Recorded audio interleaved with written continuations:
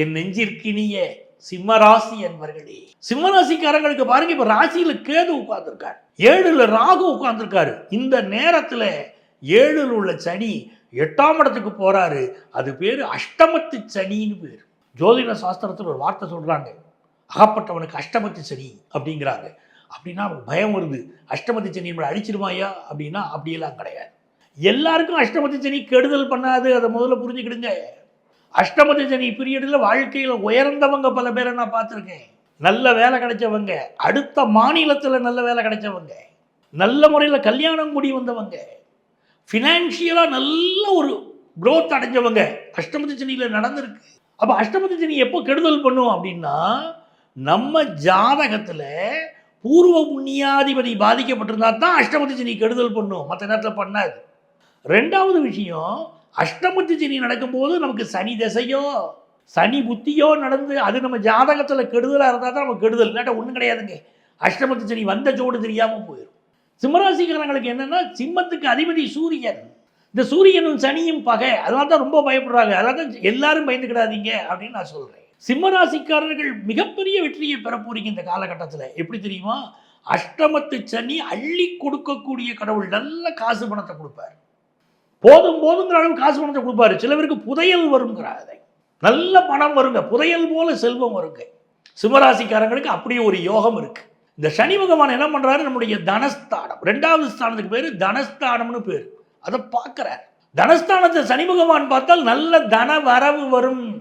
கையில வாங்கினேன் பையில போடல, காசு போன இடம் தெரியல அப்படிங்கிற பாருங்க. பாக்கெட்ல போட்டா காணாம போயிருதே, அப்படி செலவாகுது. அப்படிங்கிற நேரத்தில் அஷ்டமத்து சனி தனஸ்தானத்தை பார்த்து எப்பவுமே கையில காசு இருக்கிறாமல் பண்ணி விட்டுருவாரு. அந்த யோகம் இருக்கு. இந்த காலகட்டத்தில் குரு எங்க போய் உட்கார்ந்துருக்காரு, லாபத்தில் இருக்காரு. பிள்ளைகளால் நன்மை, பெத்த பையனால் தான் பலருக்கு பிரச்சனையும்பாங்க. சிம்மராசிக்காரனுக்கு இப்போ பிள்ளைகளால் நன்மை, நல்ல லாபம். உங்க பிள்ளைகளுக்கு வாழ்க்கையில் உயர்வு கிடைக்கும், உங்க ஃபினான்ஷியல் பொசிஷன் உயரும், ஆஃபீஸில் ப்ரொமோஷன் வரும், பொருளாதார ரீதியாக ஒரு உயர்ந்த நிலையை அடைஞ்சே தீருவோங்க. அந்த யோகம் இருக்குங்க. இப்போ நம்ம பூர்வ புண்ணிய ஸ்தானத்தை சனி பகவான் பார்க்குறார். அப்படி பார்க்கும்போது சில நண்பர்கள், நம்ம யங்ஸ்டர்ஸாக இருக்கோம் வச்சுக்கிடுங்க, 20 வயது வரைக்கும் இருக்கக்கூடியவர்கள் நண்பர்கள்ட்ட ரொம்ப கவனமாக இருக்கணும். சிம்மராசிக்காரங்க, நண்பர்கள் நம்ம தவறான பாதைக்கு கூட்டிகிட்டு போவான், எச்சரிக்கையாக இருக்கணும்.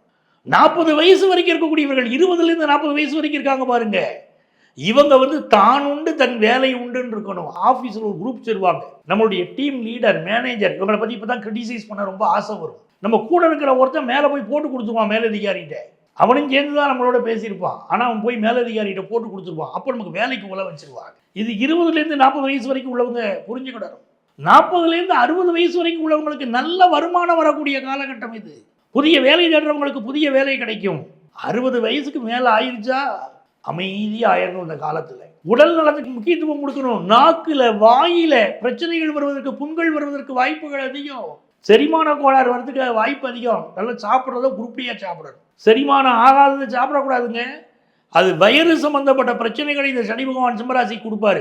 சில பேருக்கு ஆல்ரெடி சிம்மராசிக்காரங்க மூட்டு வலின்னு சொல்லிட்டு உட்காந்துருப்பாங்க, மூட்டெல்லாம் வலிக்குது எனக்கு அப்படிம்பாங்க. நிறைய குடும்பங்களில் குழந்தை பேருக்காக காத்திருப்பாங்க. கல்யாணம்லாம் ஆயிடுச்சுங்க. இந்த சிம்மராசிக்காரங்க அஷ்டமத்து சனியாக இருந்தாலும் கல்யாணம் ஃபிக்ஸ் ஆயிரும். பலருக்கு இப்போ ஆகிக்கிட்டு இருக்குங்க, கல்யாணம் ஃபிக்ஸ் ஆயிரும். அதை பற்றி கவலைப்படாதீங்க. கல்யாணம் ஃபிக்ஸ் ஆனவங்களுக்கு குழந்தை பாக்கியம் வேணும்ல, கல்யாணம் ஆனவங்களுக்கு. அப்படின்னா பல சிம்மராசிக்காரர்களுக்கு இப்போ செயற்கை முறை கருத்தரித்தல்ல குழந்தை பிறக்கக்கூடிய யோகம் உண்டு. பொதுவாகவே சிம்மராசி மருத்துவர்கள், இந்த செயற்கை முறை கருத்தரித்தல் மருத்துவம் நடத்தக்கூடியவர்களுக்கெல்லாம் பாக்கியம் உண்டு. ஏன்னா சிம்மராசிக்கு 5ஆம் இடத்திற்கும் 8ஆம் இடத்திற்கும் அதிபதி குரு பகவான்.